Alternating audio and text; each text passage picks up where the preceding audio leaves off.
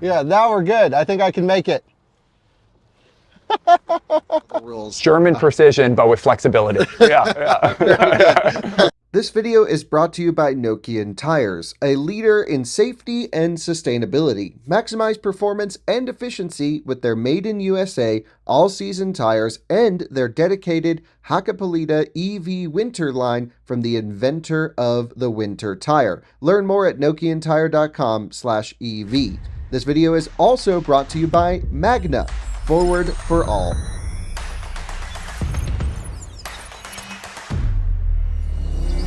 Hello and welcome to another Out of Spec Reviews video. Welcome to Atlanta, Georgia, and welcome to the first ever Mercedes-Benz Charging Hub.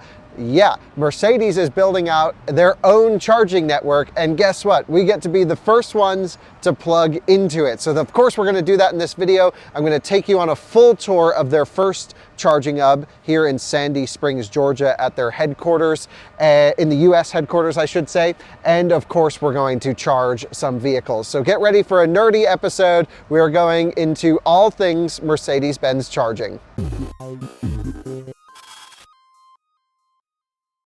Behind me is the first ever Mercedes-Benz Charging Hub, and there's so much to get into in this episode. Mercedes was cool enough to invite us to be the first ones to film this, to see this, and to charge here. So I'm super happy that Out of Spec has the opportunity to do this. We will also have interviews from some Mercedes folks from the charging side of things, talking about the business case of charging, what their plans are for future rollouts, how this particular site was designed, and what the future ones may look like. But before we get into all of that, I want to at least take you on a tour of this site. We're of course going to charge and plug in and be the first ones to plug in on the network. I've been running our EQS SUV that we've been driving behind my Rivian down to 0%. So we're going to plug it in and do a real hardcore charge, and we're going to max out some of the sites. So this is pretty incredible.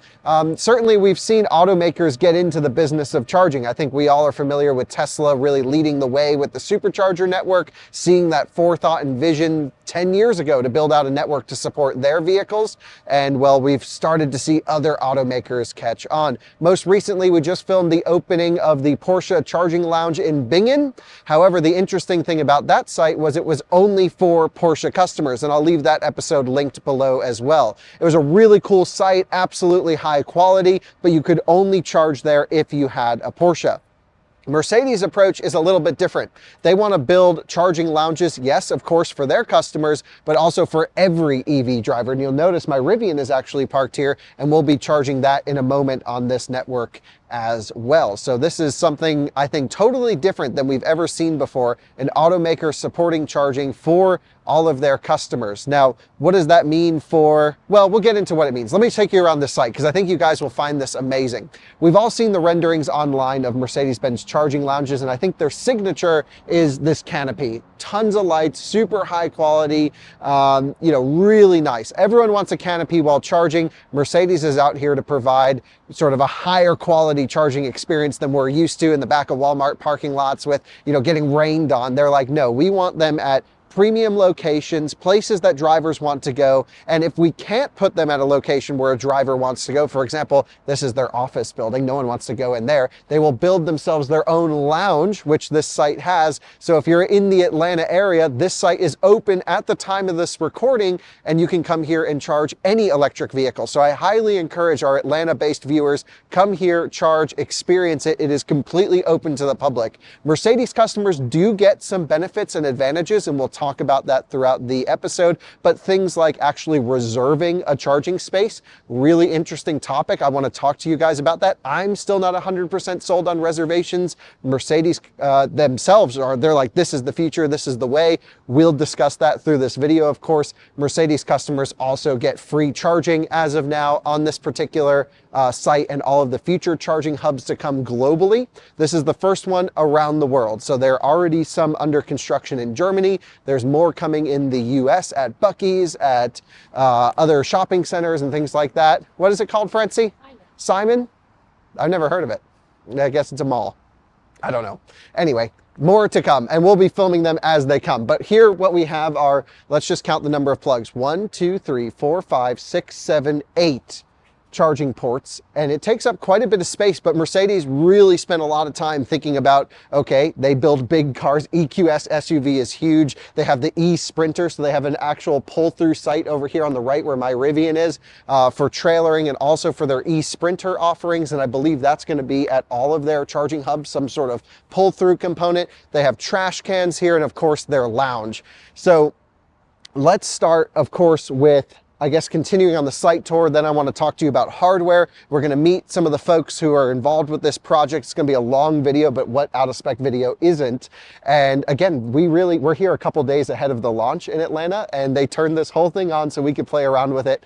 And yeah, it's just super cool. So this is the lounge. I kind of want to start here because I think we can all recognize and understand what happens when you roll up in your car. You roll up, you plug in, you charge. What do you do? And we are going to be plugging in here in just a moment, but let me take you on here, or in here inside the lounge. We've actually turned it into a podcast studio at the moment, so subscribe to the Out of Spec podcast channel. Francie, who's behind the camera, will be sharing, of course, some interviews and topics with folks involved with this project and other Mercedes electrification conversations. But they have, I guess, a whole interactive touch screen here where you can configure and build your Mercedes model. So here's EQB as an example. You can go through, you can learn about electric stuff. I don't know. This is kind of interesting. We'll see what they choose to use this for at other charging hubs, but it's a great way to interact with the brand. And I think what Mercedes wants to do is have another touch point, yes, with their customers, but also potential future customers to say, this is the Mercedes ownership experience. It should be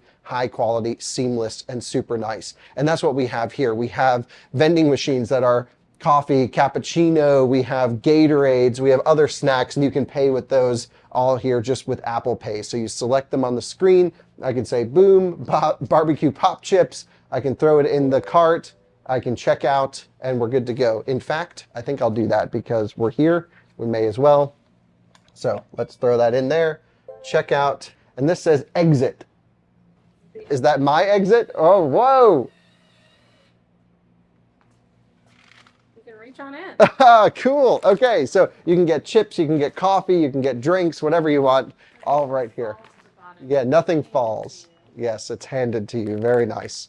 So we'll leave those there. I'll definitely enjoy those later, but you can just come hang out in the lounge, you know, get some work done, do whatever you need to do. Beautiful views with this glass walls, and this is open to every charging customer. The lounge is not reserved exclusively for Mercedes-Benz customers.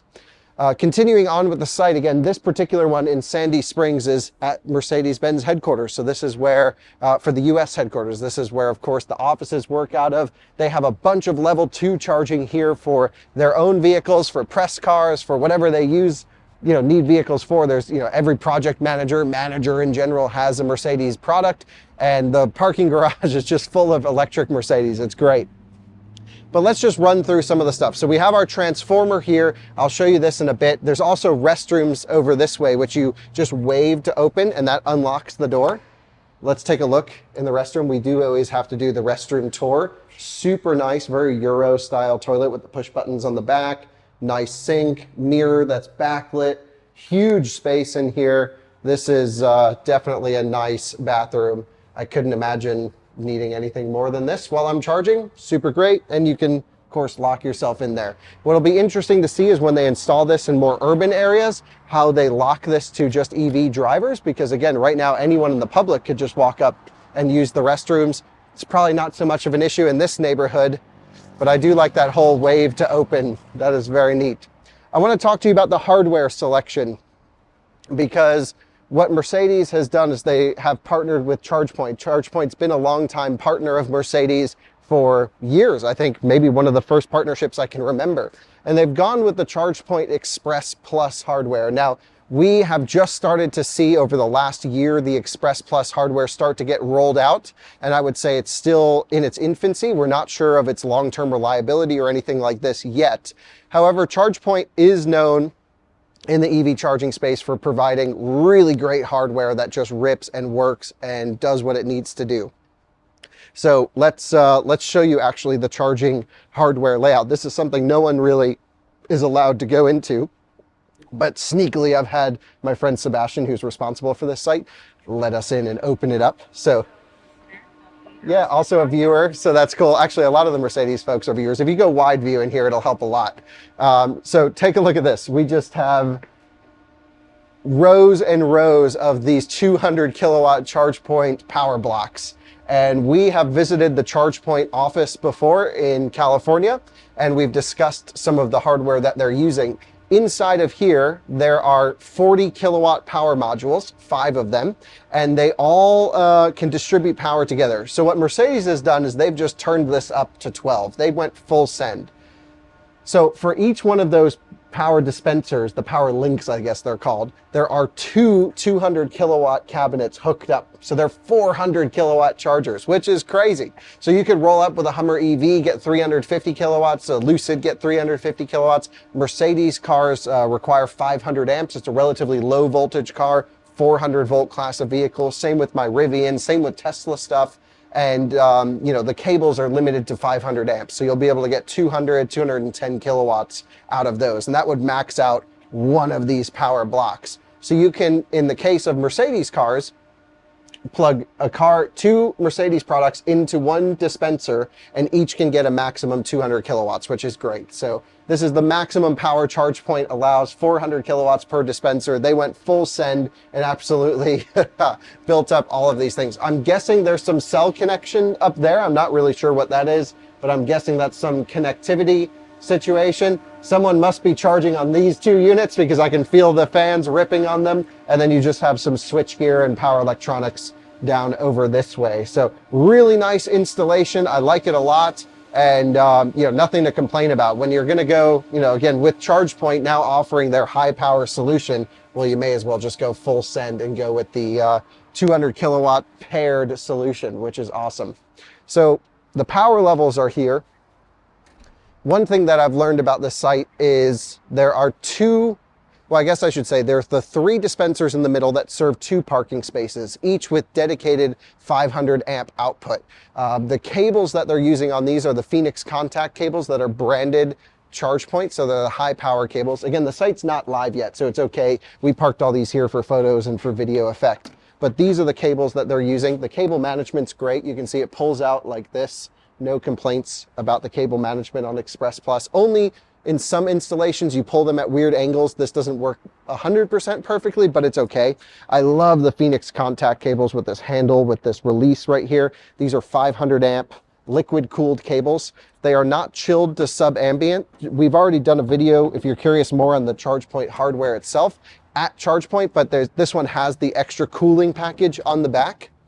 And so right back here, you have your liquid cooling package that cools the cable here. It just runs the water glycol through a, I don't know if it's water glycol, but some dielectric fluid through a radiator, but it is not chilled with a chiller, and that should help with reliability.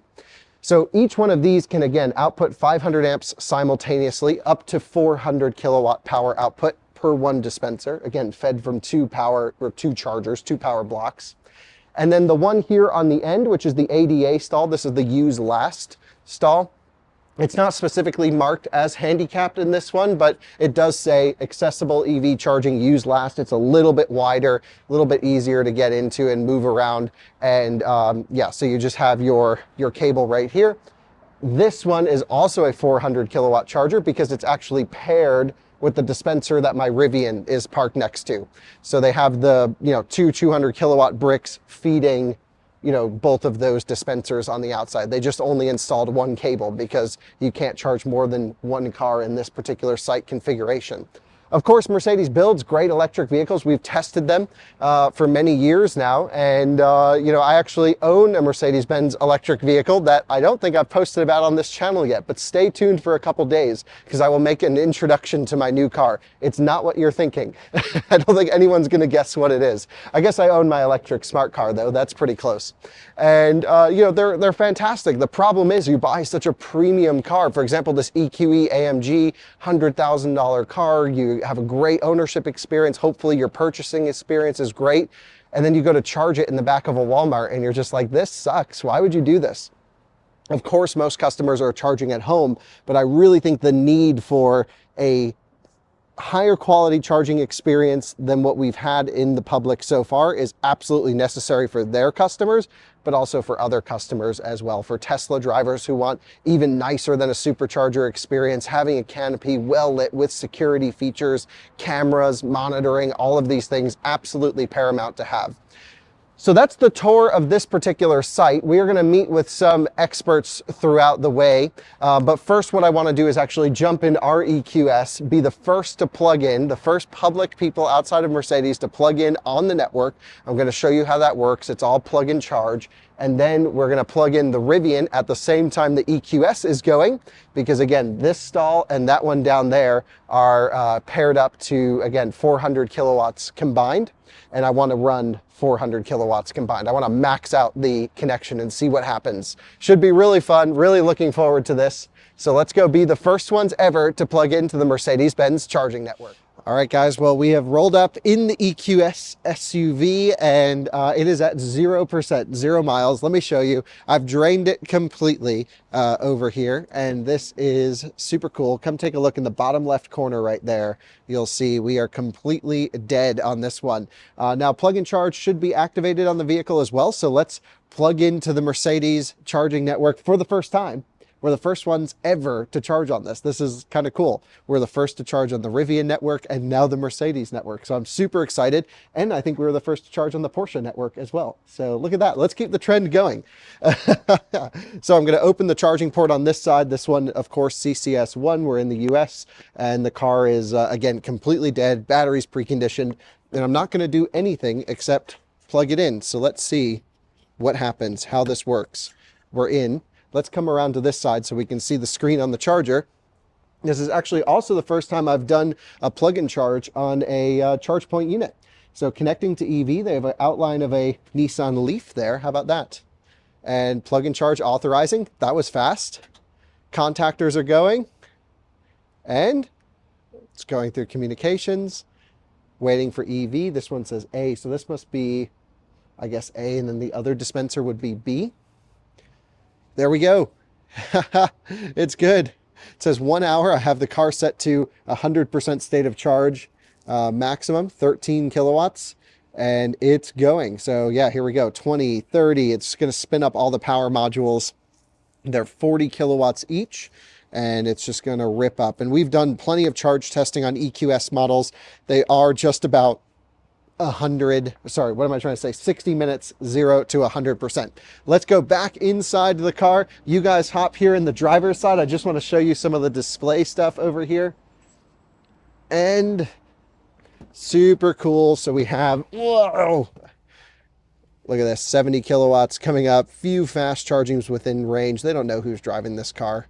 We're good. Only 4 charging stations. These are all the warnings that it had while it was draining. And look at this. We're just doing 130 kilowatts, ramping up to get up to the full 500 amps that the car is going to request. Now, this is a 400 volt system architecture vehicle. It's going to be in the low to mid 3s right now because it's at 0% completely drained.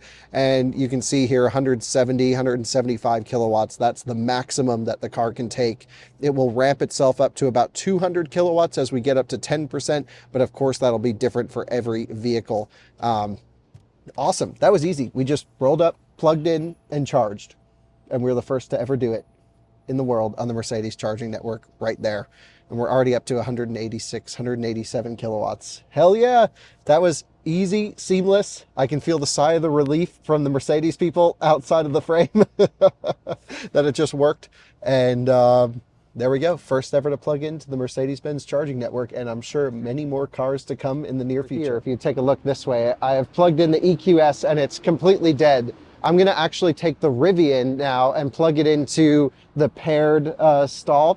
So just to see what happens. This is also at 0%, 0 miles. I'm not actually sure if it'll let me move it at the moment. Let's keep our fingers crossed because I drained it on the heater. I wanted to max out this charging site and see what happens. What, you got Tostitos and chips going on over here? Show everyone what's going on down this way. Okay, press and hold key to the door. Oh, okay, my phone works too. We'll have to end this clip. Okay, the Rivian is so dead that I have to push it to the charging station. It won't go into gear. So I have the park brake release on. So we're gonna push this thing in. Yeah, we'll do a little. Oh. Wait, run back and then it forward. No, it might just keep going forwards. There we go. Yes. Yes. Okay. I was wondering when I was going to get some weightlifting in. Yeah. Right. Okay. Well, let's ask the Mercedes guys to help us. I'll put it in park really quick. All right. We'll have to have everyone help us push this to the charger. All right. I have to take the parking brake release. We'll turn that on. We'll go neutral. Park brake release. Start release. We get 15 minutes. All right. Let's go. We're going to do a real charge test on this thing. Okay. All right, we can start going the other way. Nice. Alrighty. Yeah, now we're good. I think I can make it.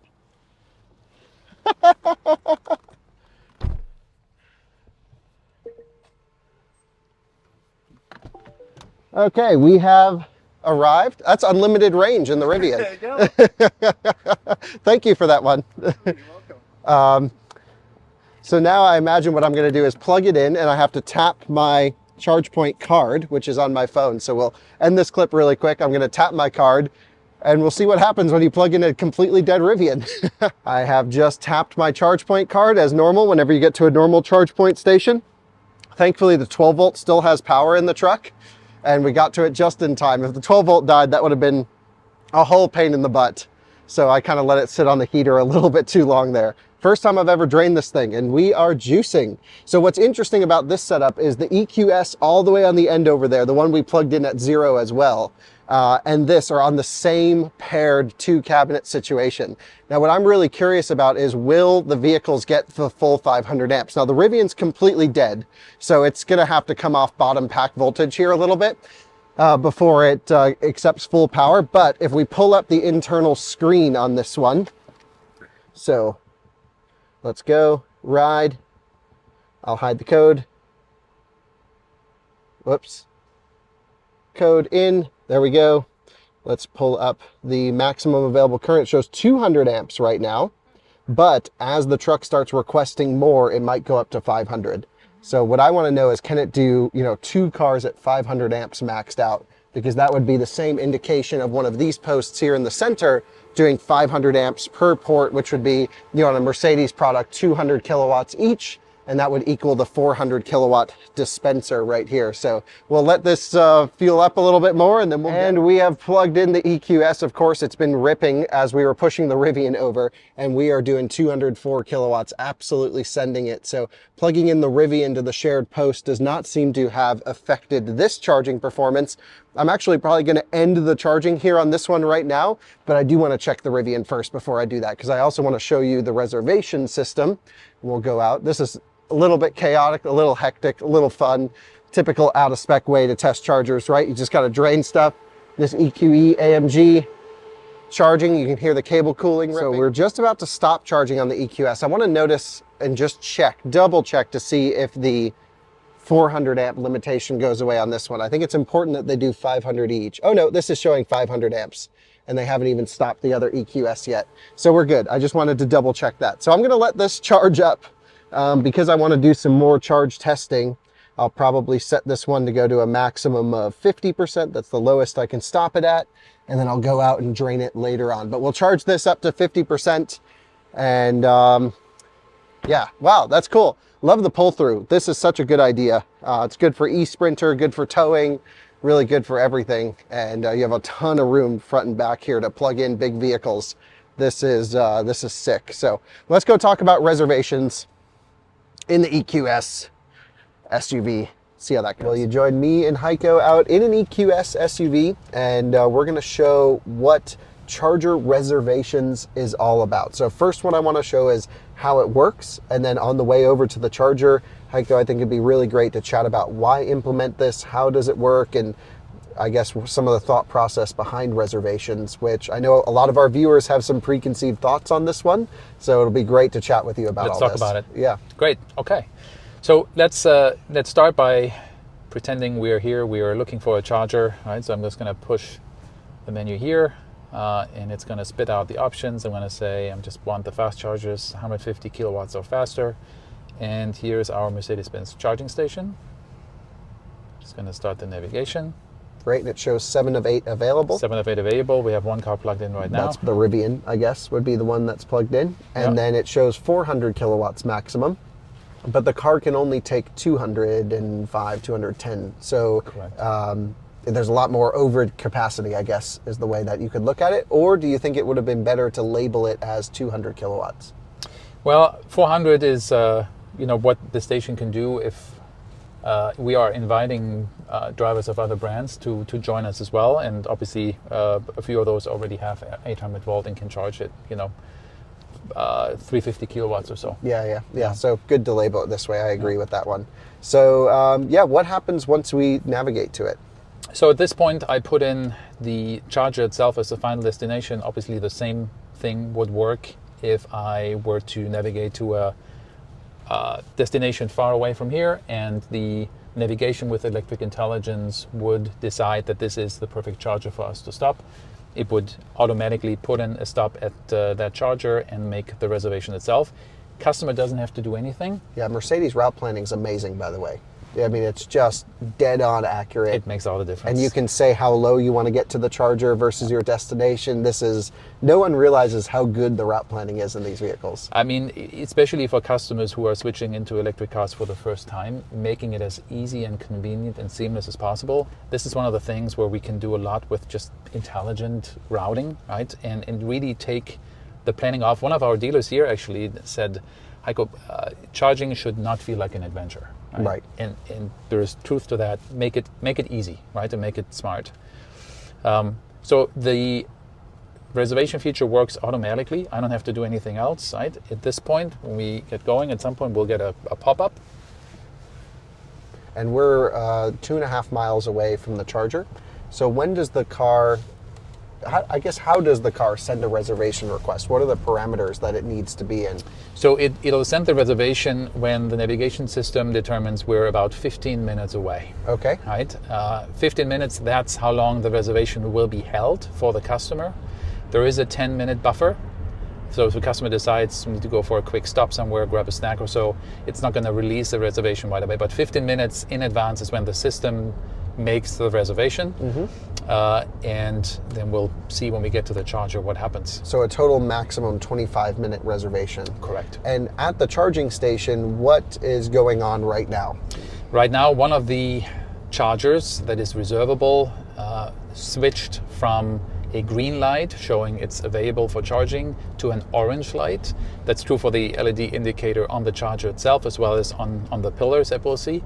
And the display will say reserved, right? So clearly visible for any other customer pulling in right now that this station is now reserved for a Mercedes customer. Right, in this case it's no problem because there's many open stalls at the moment, but let's say it was completely full and someone's there trying to plug in, it would just not allow the charging session to start? Does That's it come correct. up with an error or anything? It won't allow the customer to start the process. Okay, even another Mercedes customer. That's it's correct. reserved for this car. Yeah.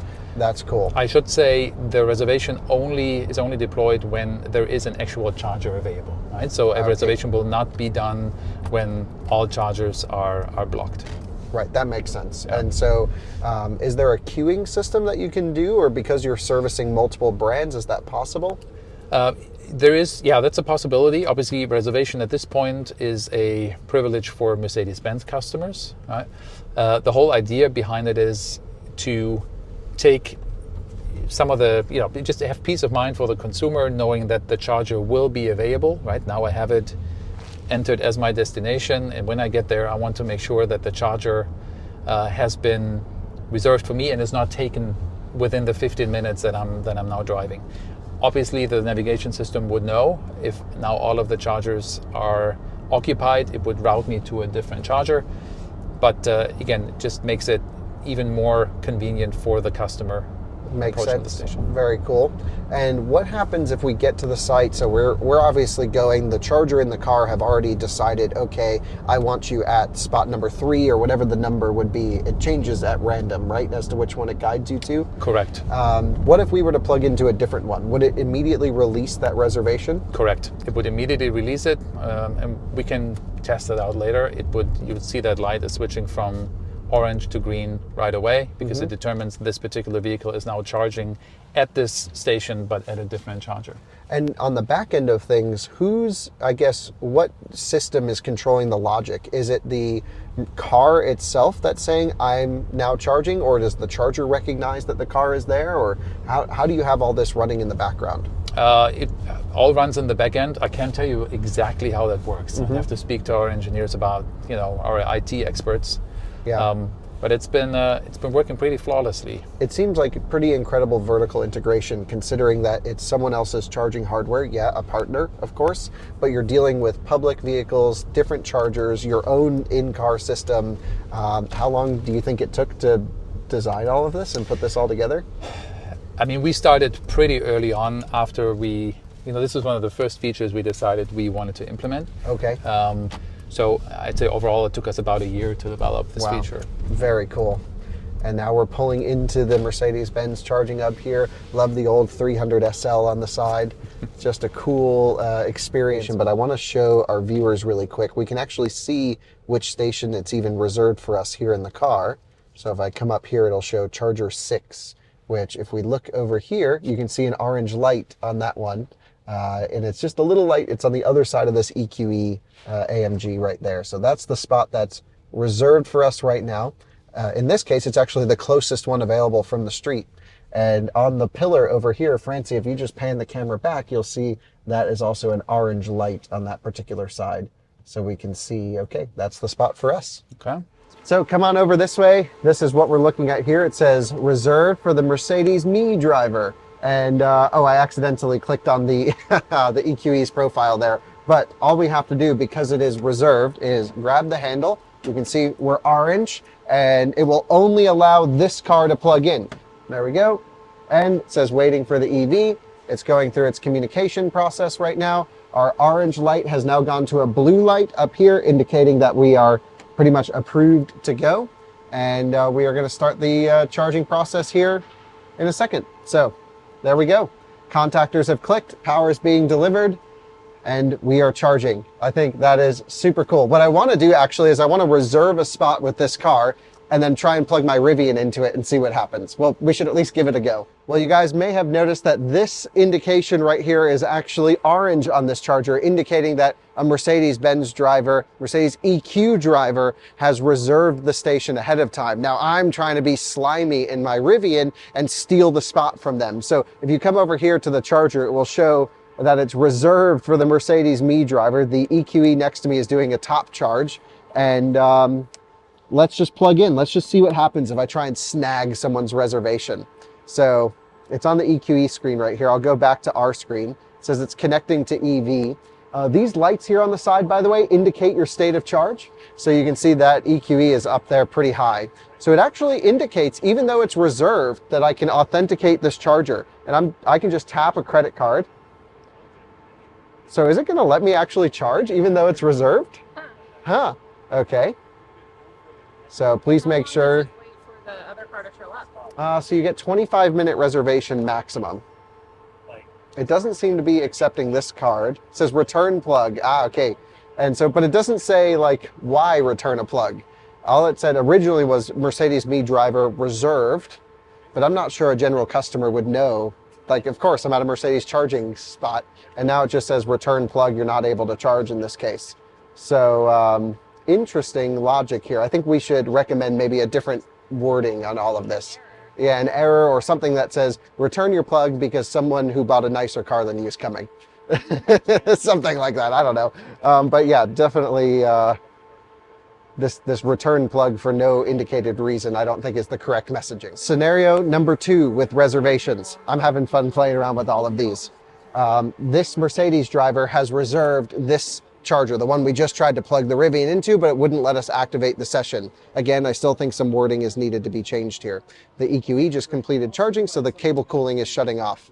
But of course, I am the idiot that parked my Rivian in front of this spot that is reserved. So they have to go plug in their EQE to a different spot. What I want to see is how quickly does this reservation release, that orange light, go back to green when we plug in this EQE. So let's get it plugged in.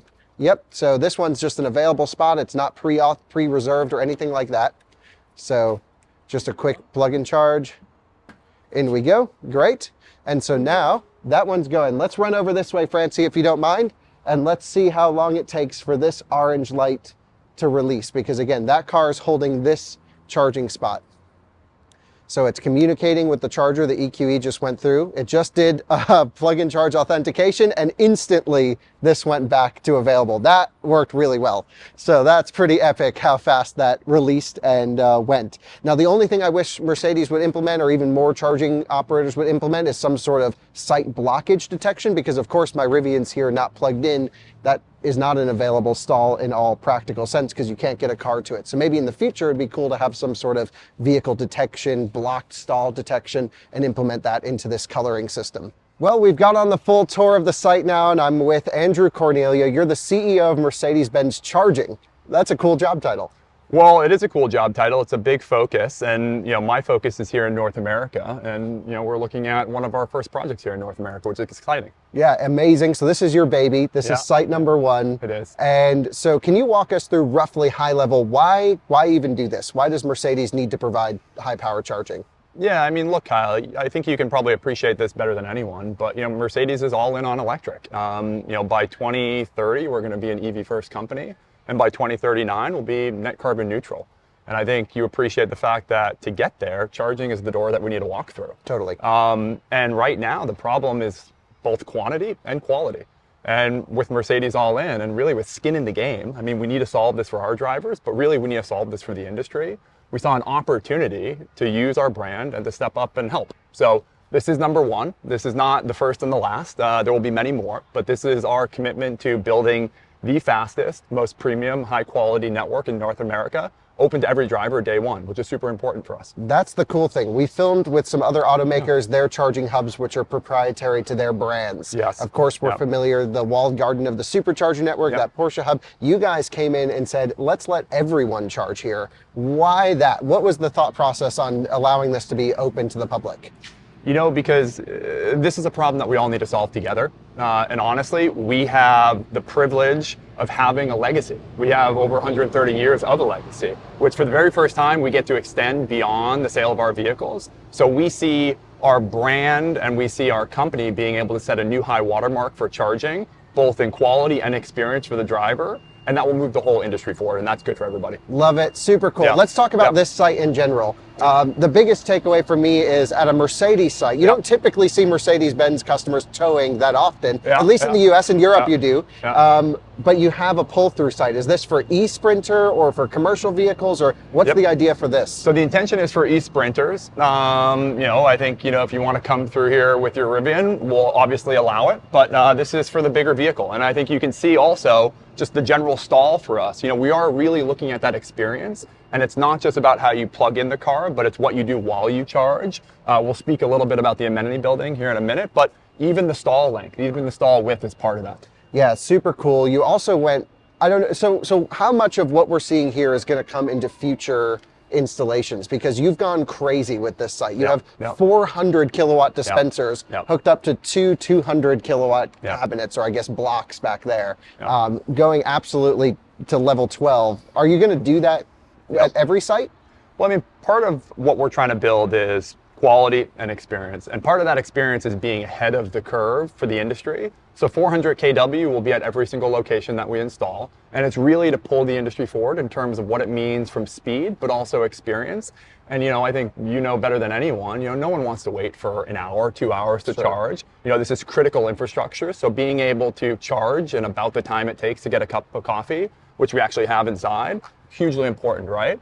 And then, for us, thinking about the design, thinking about the experience, I've always said that, what you do while you charge is as important as the charging experience itself. So this is definitely our first location. This is our flagship. You can expect a lot more like this going forward. Very cool. Yep. Let's talk pricing. Yep. Let's talk from that customer experience side, because it's one of those things, as these expand out, I'll be using them on road trips. Yep. Our viewers who are watching this will be using them on road trips. How does that work from a billing standpoint? We have many of our viewers drive Mercedes EQ models. Yep. Yep. So my understanding is it'll be free for some period of time. If you could elaborate on that, and then also what the pricing's like if I just roll up with my Rivian as an example. Sure. So again, open access to every driver, and we want to make payment not an issue, right? So we have all the different options available, whether it's mobile, whether it's app-based, whether it's credit card-based, whatever you want to use, you can pay. And the credit card works just by tapping the card right on here. Same charge point built in. Correct. Situation. Correct.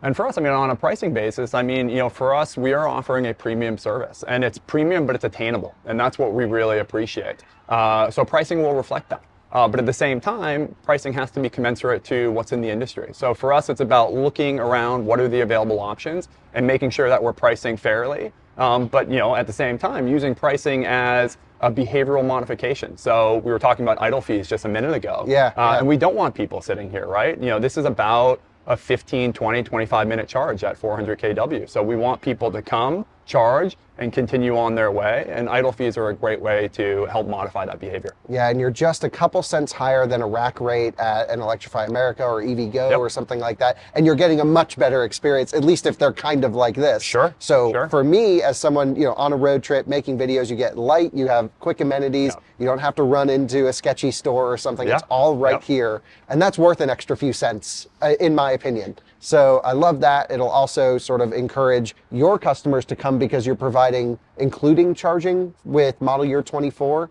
We are, yep. So we are having 2 years of free charging included with model year 24. And again, that's important for us because charging should be seamless, right? It should be integrated into the vehicle. And obviously, being Mercedes, we get to do a few other cool things with our vehicle. But we want to provide that seamlessness, that ease of charge for all drivers, regardless of whether you're a Mercedes or not. And every EQ customer that owns their car today, our viewers who are driving, they get 6 months. That's correct. From the day this video goes live. That's 6 correct. months of free charging. Okay, continuing on, obviously you went crazy with the canopy, all the lights, so that's going to be the staple. This is what they're kind of going to look like. We've seen the images online of the renderings of these, and in person it is unbelievably cool. But it's way more beyond just the charging location. We quickly showed our viewers inside the charging hub, or excuse me, the charging lounge. What's the idea for the lounge? Will every site have the lounge, or because this isn't cheap, you have to have someone come and clean it. Like it adds a whole nother layer of complication. Sure, and actually even before we get to the lounge, the thing that you can't see is actually the solar canopy that's on top of this canopy here. So, for us, all of this is important. Again, it goes back to the experience. The solar highlights the fact that we will be 100% powered by renewable energy day one. And that's a promise and a commitment that will carry forward across the whole network. And that's by purchasing clean credits to offset. Correct. That's what we'll be doing today. And then we'll be exploring many different options going forward. But right now it's through an indirect purchase. Yep. As it relates to the amenity building, I think you hit the nail on the head about, sort of the ability to have a good experience while you charge. That's paramount for us. For us, charging done well fades into the background of your day, and you get to focus on what matters, which is sitting and answering emails or having a cup of coffee. So for us, we're looking at strategic site partners that provide premium amenities and services, and when they're not there, we'll build them. And this is our first example of that, which is actually open to every driver, and I think that's unique. That's an industry first, right? Yep, absolutely. That you can actually access this if you're not a Mercedes driver. Right, so it really shows the Mercedes, they do get some benefit over a normal non-Mercedes EQ driver, and that is reservations. That's correct. Is there anything else that the Mercedes gets other than pricing and reservation? Other than that, it's all the same, right? For us, and again, I think Mercedes is a way that we can actually test some of these new features and rollouts. So reservations is one of those. Plug and charge is another. Okay. So from day one, our vehicles will be plug and charge enabled. But that is something we're looking to roll out, again, seamless charging for every driver going forward. Amazing. Love it. What a cool concept. Before we end our quick interviews, can you share any details on Site 2? Do you know where that's going? We do. Okay. So we've announced recently some really great partnerships with Simon Malls and Buc-ee's. Yep. So our next location will be at a Buc-ee's here in the Southeast. Cool. We're super excited about that. Obviously, a brand commensurate partner, one of the best in the industry in terms of what they do, and really actually a driver first focus. But I want to highlight, this is site number 1, and site number 2 is equally as important, but we're not going to stop there. Our ambition is to help lead the industry forward by building one of the fastest and premium open charging networks in North America. It's amazing. It's a cool concept. We honestly haven't seen anything like this before. And I think it's pretty commendable that Mercedes, a German automaker, is getting into the US charging game so heavily. So good work. I know it's all your baby and your projects, and we'll of course be following as the sites come out and using them on our trips and our videos. So I'll shoot you a message whenever we're there and be like, hey, we're at your charging hub. Please use the stations. We're excited to have these in a community near you. And we'd always love the feedback. So appreciate it. Thanks Andrew. Kyle. Appreciate it. You join me behind the charging hub now with Eva and Andrew, and I wanted to talk from a technical perspective how everything is wired. And I don't want to spend too much time on this here, but I did at least want to show everyone the transformer. We have a 2500 kVA transformer from the local utility. This is where all the juicy power comes from. But Eva, maybe you could introduce yourself and share what you do for Mercedes. Well, my name is Eva Greiner. I'm the CTO, the technical head for the charging unit. So everything that's outside of the vehicle is under my technical advice. Amazing. So you're responsible for the technical decisions, for the implementation of everything, the integration with the cars, all the really fun stuff. Maybe Eva, you could take us on a tour of some of the hardware that you guys chose for this particular site. So, of course. Pretty cool that you have a walled area here so the customer wouldn't even know what's going on behind this area. Yep. What was the decision to close all of this off? Well, inside are the power modules that actually gives the power to our charging dispensers, which you see right at the beautiful parking station, charging station. So this is where the technology is hidden inside, and if you have a chance to get inside, hopefully you can do this later on. You can see that we believe in charging performance, so there's a lot of power modules in that cage. Amazing. Yeah, and we'll go in there later on and definitely show everyone what's happening, because you guys have hooked up some really serious power. And actually, let's run over to the dispensers on our way and just kind of discuss that power that you have. You have basically chosen ChargePoint's Express Plus hardware for this particular one. Now, our audience is familiar with ChargePoint. We just were over at their headquarters and engineering labs doing a deep dive on a lot of this technology and others, and truly fascinating how they engineer everything. But what was the decision to choose ChargePoint hardware for the US? You also are using Alpitronic hardware in Europe. So how did those decisions come about? Well, ChargePoint is one of our partners. We work with them a lot in a long time, also on software topics. And they have the Express Plus ready now, and it's a 400 kilowatt system. And also it is flexible, so you can allocate those power modules wherever it's needed. So it just is a good match now with the 400 kilowatt, and again, I'm able to shift this with load management to the different vehicles depending on their SOC status, their charging curves. So we just want to make sure that the customer always gets the power the car can take. So yeah, let's talk about that wiring. So my understanding is these three dispensers in the middle have a dedicated 400 kilowatt supply. They basically have two 200 kilowatt bricks, which are 40 kilowatt power modules that can be basically power shifted between two different vehicles, in 40 kilowatt chunks. Yep. The two on the end, so that single cable over there and this single cable dispenser, those are hooked up combined as well. Together they are like one of those dual dispenser units. They have also two dispensers, you want to say so, just to give extra space if you need like a Sprinter van, or if you have a trailer, or if you want to be ADA compliant, which we want to be. That's why we did the setup.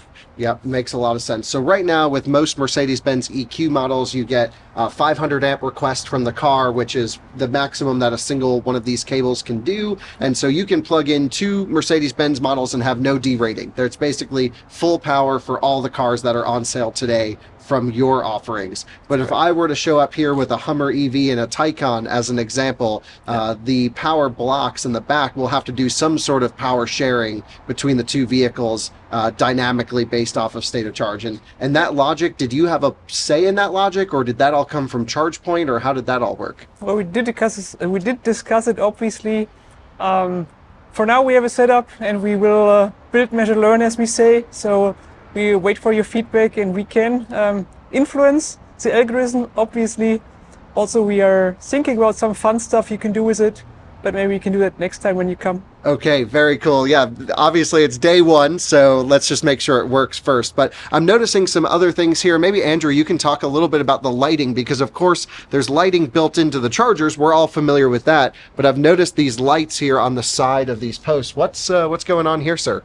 So these are our smart indicator lights, and again, we're rethinking the whole experience around charging, and really from a customer-centric perspective. So the green here indicates that that station is available, but what you'll see when you come back and we plug in, you'll see that light change, and that's really something that'll allow you to track the state of charge within the vehicle, and you'll actually see this cool sort of light that goes up and it'll turn blue in the same color pattern as our Mercedes vehicle, and when it's reserved, it'll be orange. So, you know, for us, it's not just about the experience at the location, but these are also beacons within a parking lot. So how do you see that station from the other side of the parking lot? How do you find it? How do you see how it's being used? That's core for our experience. Absolutely. And we're going to do a whole segment, of course, on the reservations, but roughly just a question that's popping into my head right now. What if you have two cars on the way with reservations? Does it matter which one that car plugs into? So it is individually assigned. I mean, part of our reservation system is linked to our intelligent routing, which is all the way down to the micro GPS and figuring out exactly which location you're going to plug into. Oh, wow. That's pretty cool. Yep. So it'll suggest, okay, plug into number 3 or whatever that would be. However, if you park for whatever reason at number 1, because you like number 1, then Yeah. it'll just switch in the back end and you'll be fine. Okay. So you can reallocate on the back end if someone doesn't follow the rules. German precision, but with flexibility. Yeah. I like that. Very nice.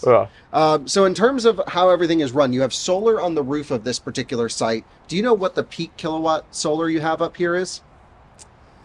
You know, we would have to follow up with the team. I mean, for us, the solar up here is not powering the station, obviously. Sure. But for us, it's about a commitment to providing renewable energy across our portfolio and really highlighting the fact that this is an integrated system, right? Yep. This is about how we generate energy, how we use it, and in the future, how we store it as well. Yeah, makes sense. So, you know, let's just go back to the hardware. We have Express Plus units on this one. Eva, in Europe, you're using Alpitronic. Are you using the Hyper 300 or 400s? Well, we started with the Hyper 300s, but we will upgrade over time as they become available. And the 400s are the silicon carbide rectifiers, a little bit more efficient, and of course can do 400 kilowatt output per unit. And what's the install plan for those? Those are all in one versus here having a distributed charging, you know, situation. Does it require a completely different site design if you were to use those Alpitronic units? Well, when we developed the site design together with our designers, our stylists, we had that in mind already, that we are flexible for the dispenser power block setup, but also for what we call the all-in-one setup. So you see those pillars, and like again, everything is thought through in like different modulars. You can just pick and choose. That's amazing. That's amazing. Really cool. Well, I can't wait to, of course, stress test these chargers over time as we get higher power vehicles that we can bring by and all of these things. You know, the Express Plus hardware is still relatively new. I think it was a perfect fit for you guys to choose this hardware, of course, with that ChargePoint partnership that you've had for so many years. I mean, it must be one of the first ChargePoint partnerships was with Mercedes, I think. So pretty cool that you guys have continued that. The site looks amazing. The wiring, the hardware of everything is absolutely top notch. And yeah, Eva, any final thoughts on the architecture of the site or anything you wanted to share from a technical perspective? Well, we believe in build, measure, learn again, and I'm very happy for you to try this out and give us our feedback, and we'll learn and we'll even get better over time. Cool. Thank you guys so much. Really appreciate that.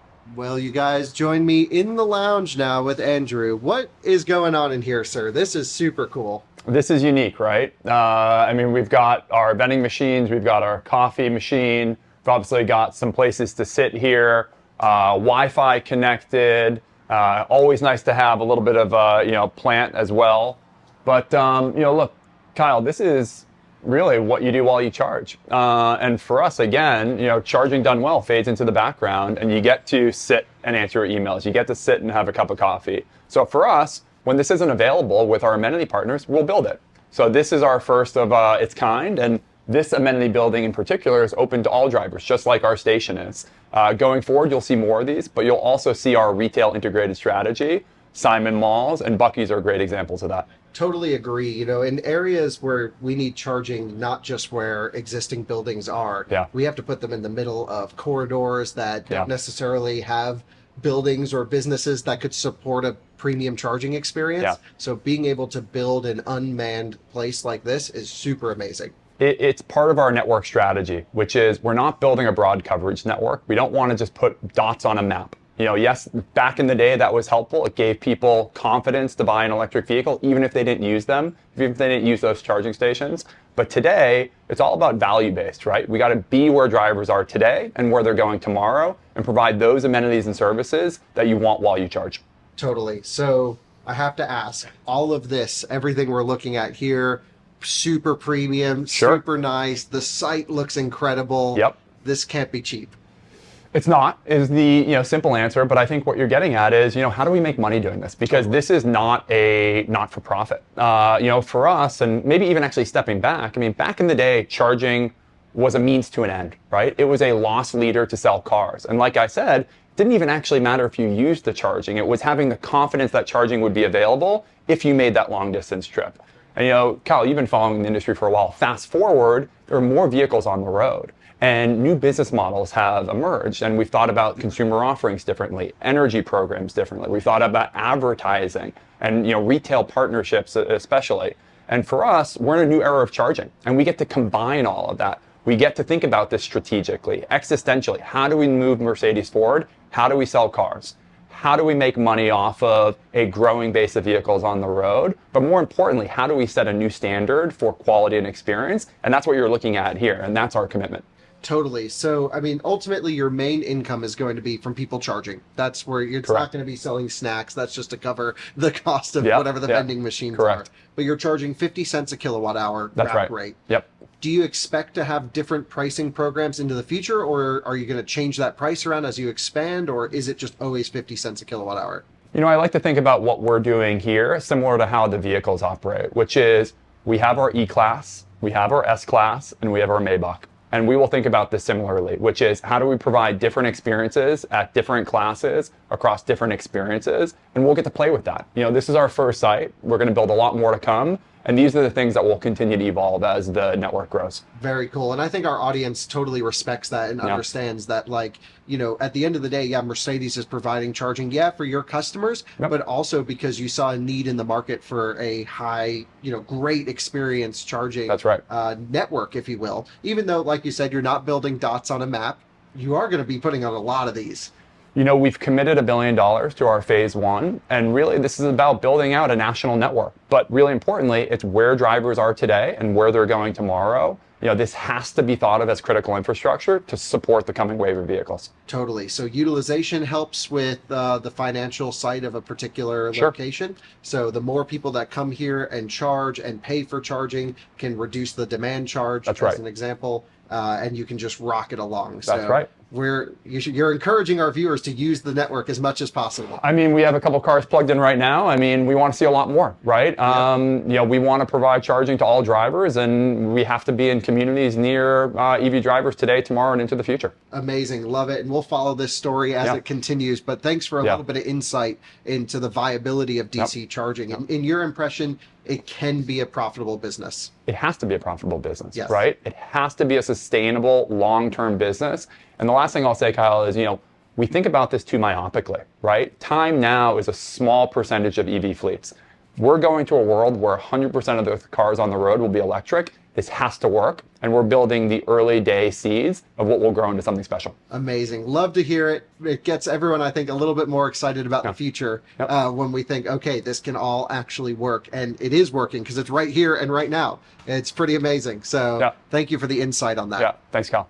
I've waited to end the video. We've hung out here all day because I've wanted to show you some of the lighting stuff here at night, which is cool. So there's actually a sensor to when you back into a parking spot that the LEDs get brighter as you back in. So what I'm going to do is choose a random spot here. We're in our EPS. I'm also going to top it up a little bit. We're going to come to, I don't know, this one over here. It doesn't really matter. There's a magnetic strip in the concrete that actually recognizes when you plugged in. It just got way brighter. Did you notice that, Francie? I did. Yeah. And nice. Now, that's cool. So when we get out, let's go take a look at that. So now you can see it's really bright over our car, but then where there's spaces where there aren't charging, there's not as much bright light. It kind of looks like maybe some of the lights are broken if you don't know what's going on. And the iPhone probably doesn't pick it up that well. It kind of does. Yeah, I'd say those look brighter. They look different, I'd say. Okay, yeah. But in person, this is significantly brighter than those spots over there. So that's kind of cool. All right. We're going to end the video now. You can make fun of it. Okay. Just try to ignore Kyle's coffee stain right there. You know, can't wear anything that's not dark colored. Yeah, I don't know. I just don't like this sweatshirt so much. I don't think you'll see it in another out of spec video. I feel like a marshmallow. Well, oh well. Anyway, charging port, by the way, these things are stupid. I just saw a brand new EQE that has a flap on the bottom now. Much nicer. So they've improved this. Also, of course, NACS is coming, and no one's been able to confirm what the plan is to do a NACS cable retrofit on these stations. Whether, I don't know, there might be a rumor that they'll do CCS and NACS on the cars. No one specifically said that, but no one also said they aren't doing that. I don't know if they'll swap the cables or what that looks like, but it's going to be interesting as we go through this NACS to CCS thing, because of course Mercedes is already committed to using NACS. That doesn't mean they've committed to not using CCS, I guess. I don't really know what to think in the future, but it could be interesting. I'm just going to get this plugged in and top it up because we've done all the charge testing. We've done everything like this. We've even helped with some of the buggy stuff. I noticed that one of the cable cooling situations wasn't working. It was just a configuration change. And so really fun to kind of help dial in the site before it goes live. We've just plugged in. It'll go through plug and charge communication and activate the session. So I guess now that we're at the end of the day, nighttime, beautiful charging lounge, let's just run over here so you can get a full picture for the site one last time. You know, these sites, my understanding is not every single one of them, like I thought earlier, is going to have a giant canopy and a lounge. Of course, there's always going to be something for a customer to do. I thought every site would have a canopy. We'll have to wait and see. Right now, I guess that's not the plan, just from talking to people around.